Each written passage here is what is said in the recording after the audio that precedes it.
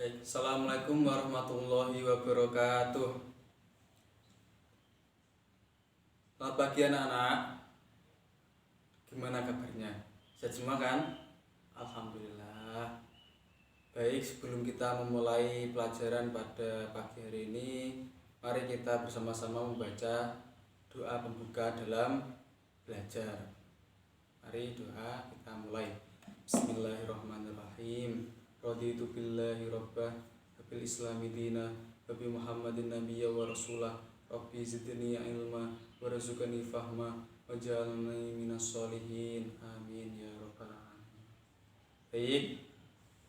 Selanjutnya mari kita mulai pembahasan tentang sistem alat gerak pada hewan dan manusia.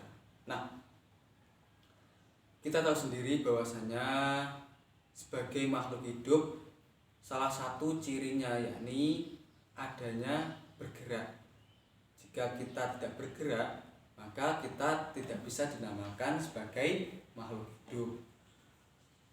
Nah, pasti kalian sudah pernah tahu dan pasti kalian baik itu sadar maupun tidak sadar juga pernah melaksanakan yang namanya bergerak.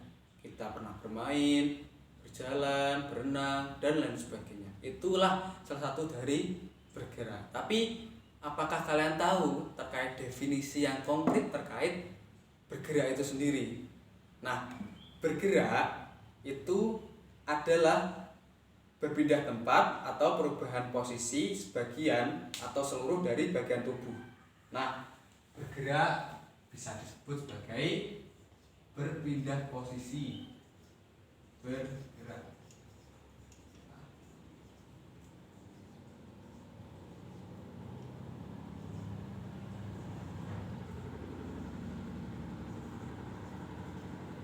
Nah, pindah tempat,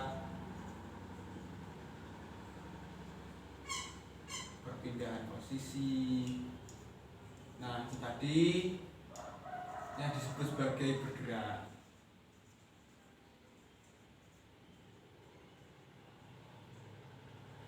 Seperti itu.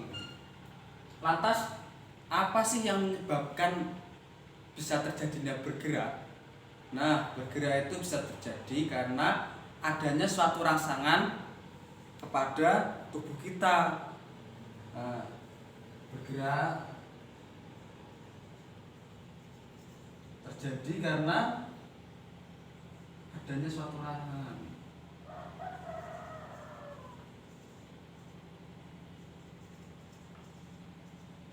Seperti contoh, kita bisa berjalan itu bisa jadi karena kita ada indikator yang mana karena kita lapar itu kita bergerak untuk mengambil makan. Nah, itu salah satu yang bisa menjadikannya kita bergerak. Seperti itu salah satu contohnya. Nah, itu tadi terkait sedikit pembahasan mengenai sistem alat gerak. Nah, kita mulai menjurus nih, membahas terkait alat gerak hewan dan manusia. Nah, alat gerak hewan dan manusia itu juga ada kesamaannya loh. Apakah kalian tahu kesamaannya apa? Nah, jadi kesamaan dari alat gerak hewan dan manusia itu di jenisnya. Nah, jenisnya itu ada dua. Ya. Ada yang aktif, ada yang pasif. Nah,